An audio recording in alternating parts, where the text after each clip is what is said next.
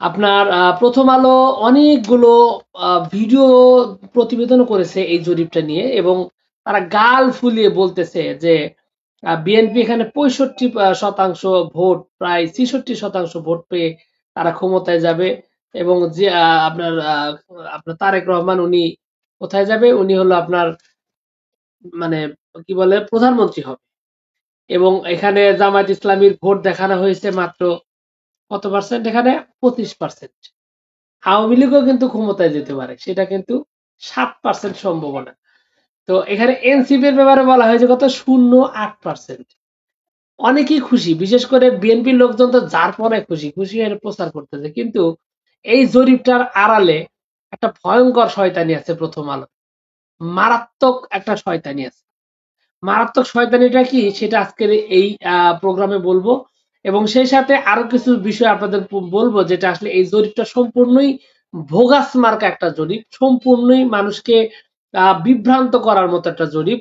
তো প্রথম কথা হলো যে এই জরিপটা আসলে মূলত আওয়ামী লীগকে সহজ করার জন্য একটা জরিপ। তার কারণ হলো এখানে এটা তো আছেই, এখানে যেটা আপনারা দেখতে পাচ্ছেন যে 7.2% মানুষ আপনার আওয়ামী লীগকে চায় বা আওয়ামী লীগ ক্ষমতায় আসতে পারে, এরকম একটা ন্যারেটিভ কিন্তু দাঁড় করানোর চেষ্টা করেছে। তো এখানে মূলত সমস্যাটা হলো যে এইটাই কিন্তু শেষ না। মূলত তাদের টার্গেট ছিল আওয়ামী লীগকে নিয়েই প্রশ্ন করা, আওয়ামী লীগকে বারবার বারবার সামনে নিয়ে আসা। এই জরিপেরই একটা অংশ দেখেন, 8টা প্রশ্ন, একটা দুইটা না, 8টা প্রশ্ন করেছে আওয়ামী লীগকে নিয়ে। আওয়ামী লীগকে আসলে মানে রাষ্ট্র ক্ষমতায় দেওয়া উচিত কিনা, আওয়ামী লীগ শর্তে আসবে কিনা, বিনা শর্তে আসবে, মানে আওয়ামী লীগময় একটা জরিপ। নানান ভাবে ঘুরিয়ে পেঁচিয়ে, নানান ভাবে মানুষকে আকৃষ্ট করার যে একটা ধান্দা, সেই ধান্দাটাই মূলত এই জরিপের মধ্যে বারবার প্রকাশ পেয়েছে। এবং সবচাইতে নির্লজ্জতার একটা কাজ করেছে যে এইটার মাধ্যমে কিভাবে মানে মানে পুরো আসলে কি বলবো, এখানে আসলে বলতে তো হবে, না বললে তো হচ্ছে না। এই প্রথম আলোর এই জরিপটা নিয়ে পাবলিক রিয়াকশন ছিল একদম চোখে পড়ার মতো। চোখে পড়ার মতো কেন, আপনাদের একটু দেখায়। প্রথম আলোই যে আপনার এই যে পোস্টটা যে তাদের ইয়েতে যে দিয়েছে, ওদের যে আপনার কি বলে এটাকে, ওদের যে ফেসবুকে যে দিয়েছে, সেই ফেসবুকের অবস্থাটা দেখেন। এখানে কত শতাংশ মানুষ, কি পরিমাণ মানুষ তাদের এইটাকে মানে হাস্যকর হিসাবে নিয়েছে। আমি যখন এই পোস্টটা দেখেছি সোশ্যাল মিডিয়ায়, এটা হচ্ছে আপনার এই জরিপটা তারা মানে যখন প্রকাশ করে তাদের ফেসবুক পেজে, সেখানে দেখেন 73,000 মানুষ এটা হাহা রিয়াক্ট দিয়েছে। মানে এটা একটা ফালতু বোগাস মার্কা যে একটা মানে বলে কি বলে এটাকে জরিপ, সে জরিপটা কিন্তু এখানে 73,000 মানুষ এটা অবিশ্বাস করে, মানে পছন্দই করে না, এটা সত্যি মিথ্যা কথা। আর মাত্র 6,000 মানুষ তাদের সাথে একমত হয়েছে। তো তাদের জরিপটা যে মানুষ নেয় নাই, এটা একটা বিষয়। যদিও আমি আরো কিছু প্রমাণ আপনার সামনে তুলে ধরবো, তবে এটা হচ্ছে প্রথম কথা যে তাদেরকে মানুষ এই জরিপটা কতটা গ্রহণ করেছে।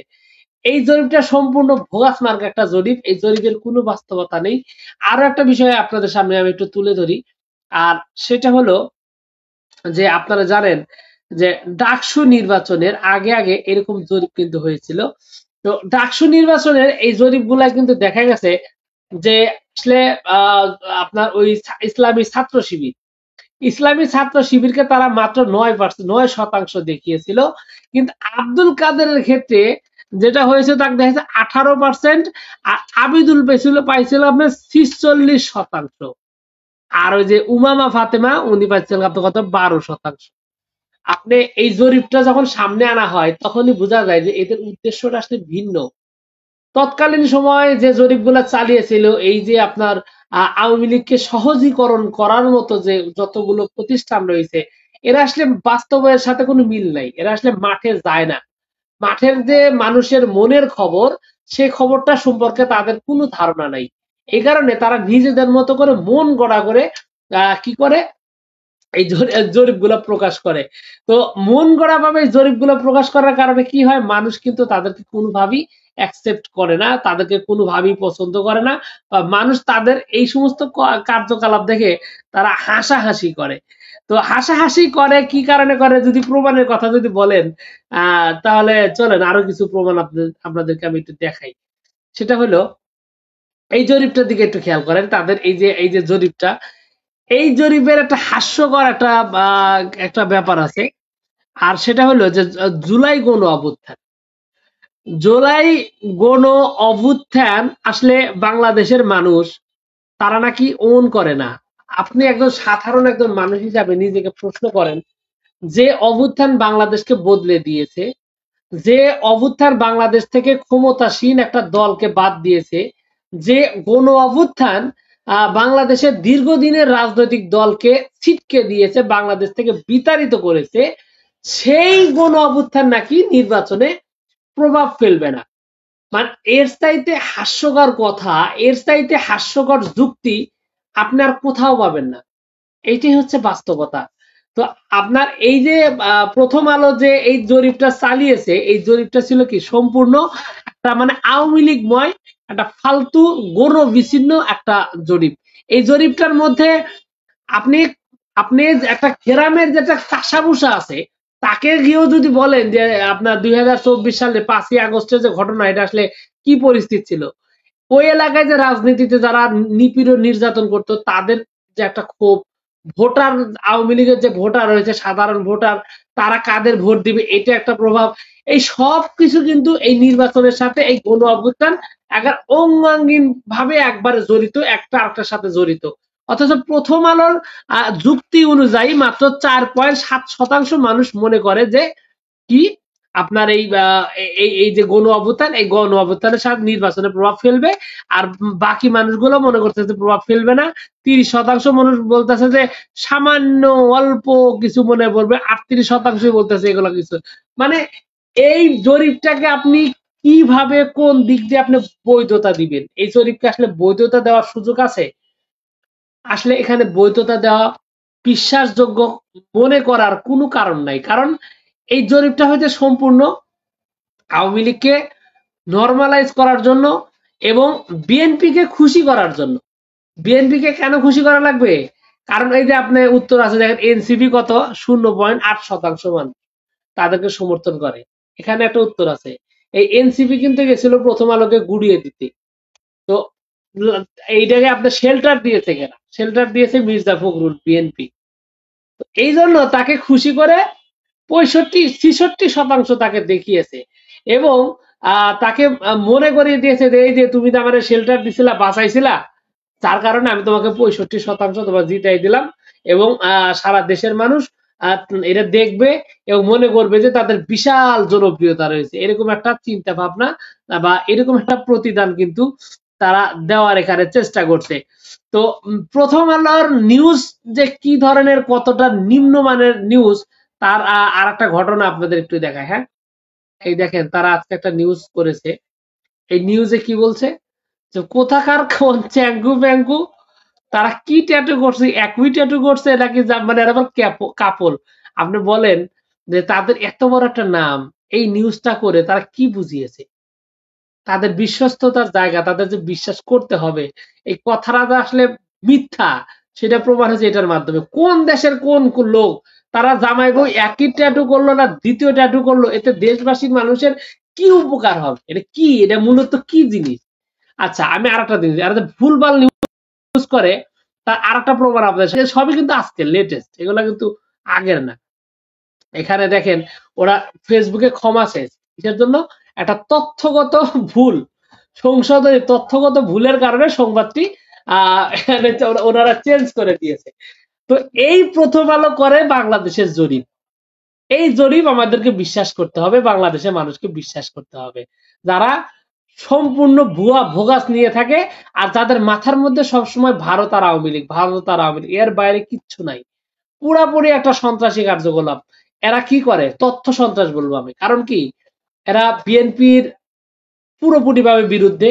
তো এই মুহূর্তে যেহেতু আওয়ামী লীগ নাই, তাদের বাঁচানোর পিঠ বাঁচানোর কেউ নাই, বিএনপি শেল্টার দিচ্ছে, এই কারণে তাদেরকে এই 65% জনপ্রিয়তা দেশবাসীর সামনে তুলে ধরে তাদেরকে বুঝাতে চাইতেছে যে আমরা কিন্তু তোমাদের সাথে আছি। মির্জা ফখরুল সহ যারা বামপন্থী নেতা বা ওই যে শাহেদ আলমের মতো লোকজন যে কয়টা আছে এগুলারে খুশি করার জন্য এবং আগামী 5-7 দিন তাদের কন্টেন্ট তৈরি করতে হবে। জাহেদ আলম যারা আছে, আগামী 5-7 দিন যাতে ভিডিও বানাতে পারে বিভিন্ন ক্যাটাগরিতে, বিভিন্ন কৌশলে, বিভিন্ন শিরোনামে, যাতে একটা মানে কন্টেন্ট তৈরি। এই মুহূর্তে কিন্তু আসলে বিএনপি ভালো রকমের একটা মানে মানে একদম কি বলে এটাকে ব্যাকফুটে চলে গেছে। কারণ বেগম জিয়ার অসুস্থতা নিয়ে দেশবাসী এটা আসলে বিএনপির প্রতি সন্তুষ্ট না। তারেক জিয়া কেন দেশে আসতেছে না, এরকম একটা অবস্থায় তারেক জিয়ার অবস্থা, এবং বিএনপির মধ্যে দুই তিন রকমের বক্তব্য, নেতা কর্মীরাও কেমন ঝিমিয়ে গেছে। সবকিছু মিলিয়ে কিন্তু বিএনপি এই মুহূর্তে বলা চলে যে একবার ঘুমিয়ে যাওয়া একটা দল। এই ইতিমধ্যে কিন্তু ঘুমিয়ে আছে। তাদের প্রার্থী ঘোষণা করেছে, মারামারি সংঘাত চলতেছে বিভিন্ন জায়গায়। আজকেও সিরাজগঞ্জে যে ঘটনাটা আমি সকালবেলা আপনার দিলাম, সিরাজগঞ্জের কাজীপুরে জামায়াতের প্রার্থীর উপর হামলা চালিয়ে 5 জনের গুরুতর সহ আপনার কি করেছে, 50 জনকে আহত করেছে। তো ওই এলাকার মানুষকে আর ওই বিএনপি কে ভোট দিবে? ইতিমধ্যে কিন্তু চান্দাবাজি নিয়ে, ধান্দাবাজি নিয়ে, দখল বাণিজ্য নিয়ে, বালু মহল নিয়ে, টেম্পু স্ট্যান্ড নিয়ে, সবকিছু নিয়ে মানুষ বিরক্ত। পাথর দিয়ে মানুষ হত্যা, কত কিছু ঘটনা ঘটতেছে। তো সবকিছু নিয়ে মানুষ যখন বিএনপিটা একদম মানে যা করতেছে মানুষ তাকেই ফল্টে দেখতেছে, বিএনপি যেটা করতেছে মানুষ সেইটাকেই মানে সন্দেহের দৃষ্টিতে দেখতেছে। তো সেই জায়গায় থেকে আর মোড়া দিয়ে সামনে এগিয়ে আনার জন্য মূলত এই খেলাটা খেলেছে কেনা, এই প্রথম আলো। তো প্রথম আলো যখন এই খেলাটা খেলছে তখনই মূলত তাদের উদ্দেশ্য হলো দুইটা।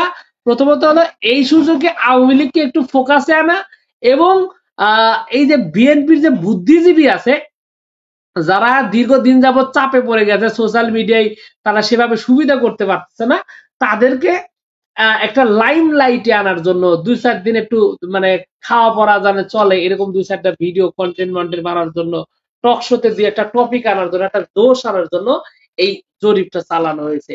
বাস্তবিকভাবে এই জরিপটা মানুষের কোনো কল্যাণই নয়। এই জরিপটা হলো সম্পূর্ণ ভ্রান্ত। ঠিক যেমনটা আমরা ডাকসুর আগে আমরা যেমনটা দেখেছিলাম, ডাকসুতে যেরকম আমরা কিন্তু দেখেছিলাম যে এই জরিপে লাস্টে কি হয়েছিল, সাদিক কায়েম কি আসলেই 9% ভোট পেয়েছিল?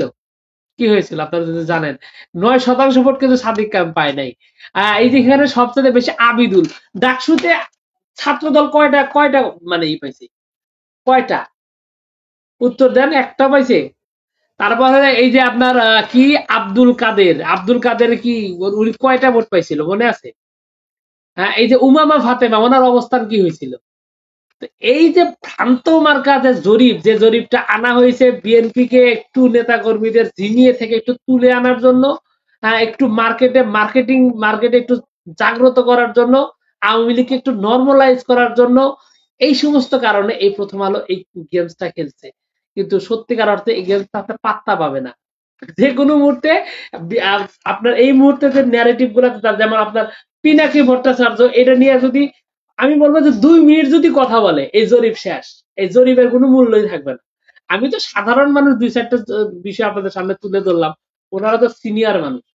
তো আপনার যদি ওনারা যদি এই জরিপটা নিয়ে যদি বিশ্লেষণ করে, যতটুকু আগায় দিছে ঠিক ততটা ডাউন করে দেবে, বিএনপি আরো বেশি ডাউন হয়ে যাবে। এর 65% যে দেখাইছে আর কোনো ভিত্তি নাই। কারণ এটা আপনার সোশ্যাল মিডিয়া, বাস্তবিকভাবে অনলাইন অফলাইন সব জায়গায় দেখবেন যে এটার কোনো ধরনের কোনো মানে বিশ্বাসযোগ্যতা নাই, এটা বিশ্বাস করার মতো কোনো ইস্যুই নাই, কোনো বিষয়ই নাই। তো যাও সবকিছু মিলিয়ে আমি এটাই বলতে চাই যে এইসব জরিপ না করে সত্যিকার অর্থে মানুষের নিউজ করার, ওই যে নিউজ করতেছেন বিভিন্ন কোনকার কোন মডেল কি ট্যাটু করলো, কোথায় ট্যাটু করলো, শরীরে কোন অংশে ট্যাটু করলো, এইসব প্রচার করেন। আর যদি সাহস থাকে সরাসরি আওয়ামী লীগের পক্ষে নামে পড়েন।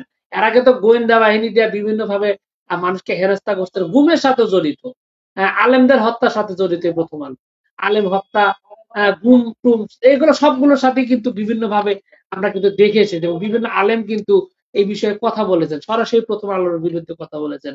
আসলে বাংলাদেশ বিরোধী এই পত্রিকাটা কি কারণে টিকে থাকে আমি জানি না। আমার মনে হয় জেনজি যারা আছেন, যারা বাংলাদেশকে বদলে দিয়েছেন, তাদের এই বিষয়টা আবার একটু জাগ্রত হওয়া উচিত।